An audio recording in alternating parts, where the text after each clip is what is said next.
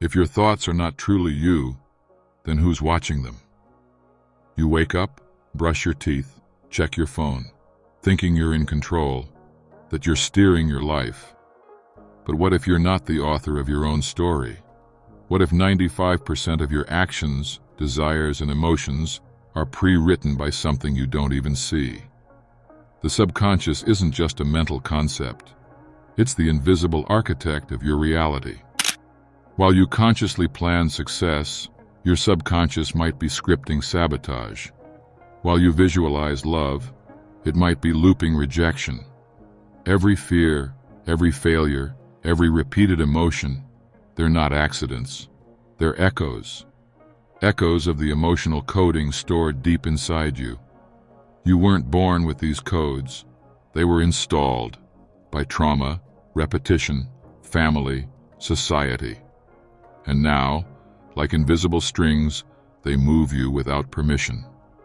Until you realize this, growth remains surface level. You don't need more motivation. You need to uncover the programmer. Because until you rewrite the script below, nothing changes above. The subconscious doesn't speak in words. It speaks in patterns, emotional loops, silent expectations, nervous system reflexes. It's not logical. It's reactive, and that's why affirmations often fail. You say, "I am confident," but inside, your nervous system still trembles like a child hiding from judgment. The subconscious remembers what you consciously forgot. Every rejection, every time love was unsafe, every moment you felt small and stayed silent. That memory is now a filter. It bends your perception, colors your reactions, shapes what you allow, what you chase, and what you sabotage. The scariest part? Most people never question it. They live decades repeating the same emotional movies, calling it personality. But personality isn't permanent. It's programmed. And anything programmed can be rewritten. That's the awakening. To realize your reality is a reflection, not of your desires, but of your deepest beliefs. You're not failing. You're following a script. And now, it's time to change the author. Your outer world is a feedback loop of your inner code. Every repeated conflict, every dead-end job, every unhealthy relationship, these aren't coincidences. They're signatures of subconscious programming. Think of your subconscious as a projector, constantly casting your inner stories onto the screen of life. The problem is, most of these stories were never yours to begin with. They were downloaded in childhood, from wounded parents, fearful teachers, society's rules. And now you're living out beliefs you never consciously chose. Beliefs like, "I'm not enough," "success is dangerous," or "love always leaves." These aren't truths, they're echoes. Echoes that keep replaying until you notice the source. The beauty is, awareness interrupts the loop.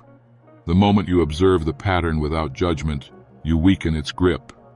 That's how transformation begins, not through force, but through presence. And when you start reprogramming not just your thoughts, but your frequency, you stop reacting to life and start designing it. If you're tired of living on autopilot, subscribe and ring the bell, because your mind shouldn't be the master, it should be the tool. Most people never realize they're not living from the conscious mind. They believe they're choosing, but the chooser is on autopilot. Neuroscience shows that 95% of your actions stem from subconscious programs. That means when you think you're deciding, you're often just replaying. Patterns of survival, echoes of fear, memories etched into your body. And here's the twist. The subconscious doesn't speak language. It speaks emotion, image, rhythm. That's why affirmations alone don't work if your emotional imprint contradicts them. You can say, "I am abundant all day," but if your nervous system is still coded with lack, the field responds to the vibration, not the words. True change begins when you go beneath language, when you stop negotiating with the surface mind and drop into the body, into sensation, breath, presence. That's where the reprogramming happens. That's where the real creator lives. Not in the noise of thought, but in the silence beneath it. Your subconscious isn't negative or positive, it's obedient. It doesn't ask whether a belief is good for you. It just records, stores, and repeats, like a loyal but blind assistant. So when you were 5 and someone said, "You're not good enough," the imprint didn't go to your intellect. It went to your blueprint. And that blueprint became part of your vibration. You grew, but the code stayed. Now, as an adult, you may chase success, love, or healing, but the program underneath still whispers, "You're unworthy." And because reality is vibrational, that whisper gets broadcasted. Not through words, but through energy, body language, timing, even silence. People respond to your field long before your voice. That's why real transformation doesn't come from trying harder. It comes from updating the script, rewriting the emotional code at the level where it was first installed. And that requires going inward, not just to think different, but to feel different, to signal safety, to replace fear with trust, not with affirmations, but with energetic truth. Reprogramming the subconscious isn't about force, it's about frequency. You can't scream affirmations into a system built on emotional wounds. You must shift the vibration. That means speaking to the subconscious in its own language: emotion, repetition, symbolism, and sensory depth. Meditation, breath work, visualization, these aren't just spiritual trends, they are technologies. Tools to soften the conscious gatekeeper and access the deeper code. But here's what most people miss. Your subconscious listens when you're quiet, not when you're trying. That's why change often happens after a breakdown. When your defenses fall, your field becomes malleable. So instead of fearing collapse, honor it, use it. Because every crack is an opening. And the wound? It's not a flaw. It's the access point. The key isn't perfection, it's permission. When you stop trying to be someone else and begin truly witnessing yourself, you stop programming over the pain and start rewriting from within. Most people try to change their lives by changing what's outside. But the subconscious doesn't care about what you do. It cares about what you believe. And beliefs aren't logical. They're emotional echoes imprinted long before you could think clearly. If you grew up around scarcity, your subconscious learned to expect lack. If you felt unloved, it assumed you didn't deserve connection. These patterns don't go away just because you read a book or repeat affirmations. They dissolve when you update the frequency beneath them. The key is awareness, deep, non-judgmental awareness. Watching your thoughts, not believing them. Feeling your triggers, not fighting them.